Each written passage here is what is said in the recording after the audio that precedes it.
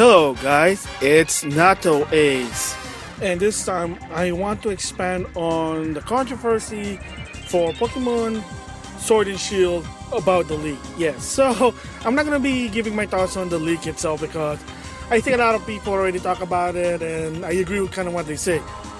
So if you want to hear about the history of what happened with the leak, I would recommend 3 videos at least: Youngye's, Review Tech USA, and Nintendo Prime.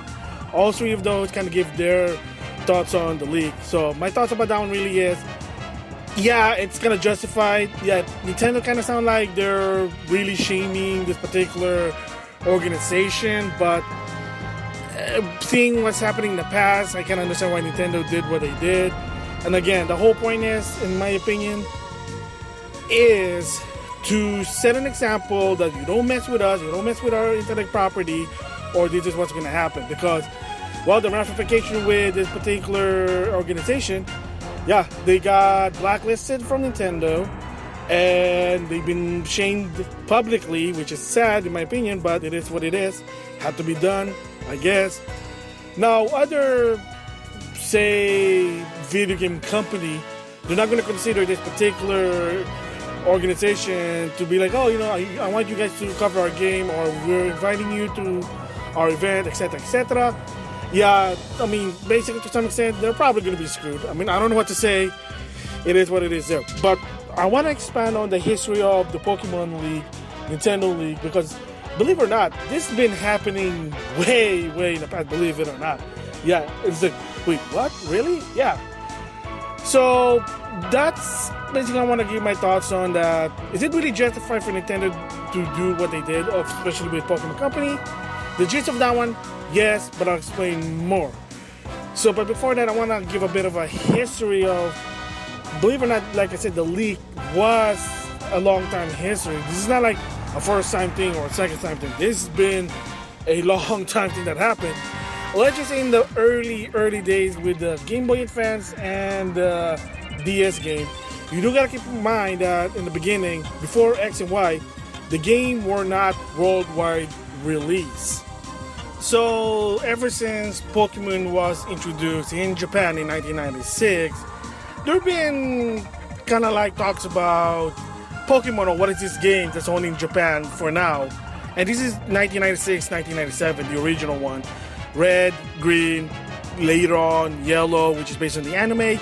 Blue, it's supposed to be quote-unquote the improved version. And so you couldn't really say it's a leak. It was just more of, oh, this is what the game's all about in Japan. And then once the game came out, a lot of people know, oh, this is Pokemon, this is actually fun.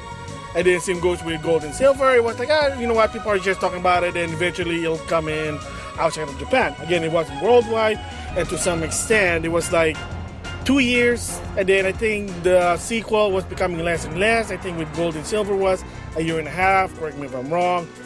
And then when it comes to Ruby Sapphire for the Game Boy Advance and Fire Red and Leaf Green, they were like 1 year apart. And then comes the DS one, Pokemon Diamond Pearl. Yes, it's still not worldwide yet at this point on. It's still Japan gets it first and then the US. But what's happening now, we're in the age of the internet, and a lot of websites, including the one I would recommend if you want your Pokemon news, Cerebi.net, they were talking about the game. But here's the catch. The game was already out in Japan. People just bought the import and they were just showcasing the import version. But mind you, it's not yet out outside of Japan. And then this is when, to some extent, Nintendo kind of sort of declared, oh, you're leaking Pokemon stuff. And like, wait, but they bought the game in Japan. I mean, they imported.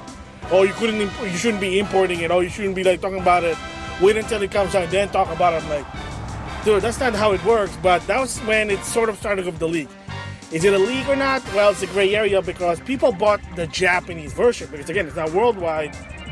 And then for a while, they were doing that. And then when it comes to hard gold, so silver, black and white, especially black 2 and white 2, they're suddenly restricting people talking about it. Hey, you know, I know it's not out yet in America or in worldwide. Please, can you kind of don't spoil it? You know, please just keep it in Japan. And they're deeming it like, oh, if you show it outside, oh, it's a leak, it's a spoiler, and we'll do something about it. Kind of like what Atlas with Persona 5. Yes, it's assy, but again, sometimes doing worldwide release, it's not easy. They had it, and during the development with Gold and Silver for the DS, the remake, someone even said, well, why don't you just do worldwide? And then somebody from Game Freak said, well, as of right now, there's no chance in heck we can even do it. We don't have the technology. We don't have the resource. And that's when sort of the leak was starting. Again, it wasn't really a leak, but Nintendo and Pokemon Company didn't want people talking about it outside of Japan. They just wanted to be confined in Japan. Then when it comes to X and Y and so on, this is when a leak is really a leak. So the first one really is X and Y. And what happened with that one is a mom and pop store in Europe, when I read this, they had the copy of the Pokemon and they sold it a week ahead of its supposed release, and that was bad. Breaking street date. And when Nintendo found out, they were not happy. They even told the store, the mom and pop store, hey, we need those back. If you don't, you're going to have a problem. Technically, they gave them an ultimatum, and boy, that was like, wow. So they never really mentioned who the store is, but they were giving them a big-time ultimatum. Said, we want those games back. You shouldn't have been selling them because it wasn't even the right date. And at least most of them, from what I heard, they complied. I don't know what happened in the aftermath, but yeah, they learned their lesson, and unfortunately, they got blacklisted to Nintendo to a point that they can't even sell Nintendo stuff. And then moving on to Sun and Moon. And of course, once again, unfortunately got leaked, but this time by data mining. So before the release of Sun and Moon, there was a special demo that if you finish it, you actually get a Ash Greninja, and then if you play it again and again, I think you unlock other thing to move it to the full game.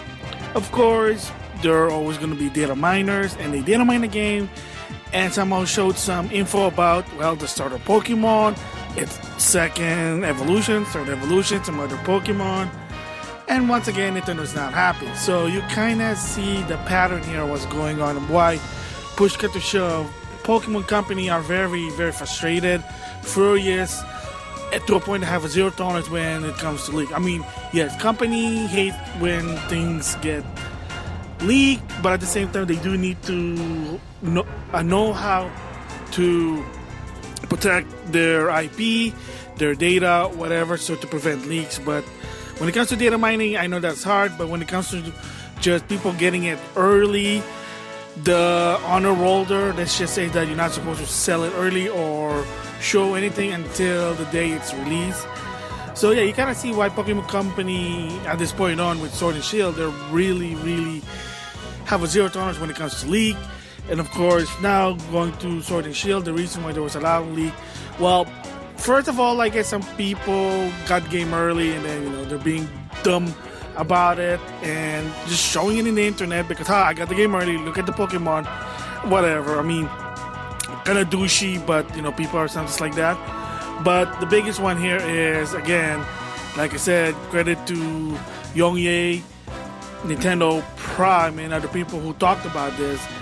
And what happened was a company in South America, FNintendo, which is, I know it's a weird name, but whatever. They had a freelance editor, and apparently he decided to show the strategy guide early, and that's what the leak is.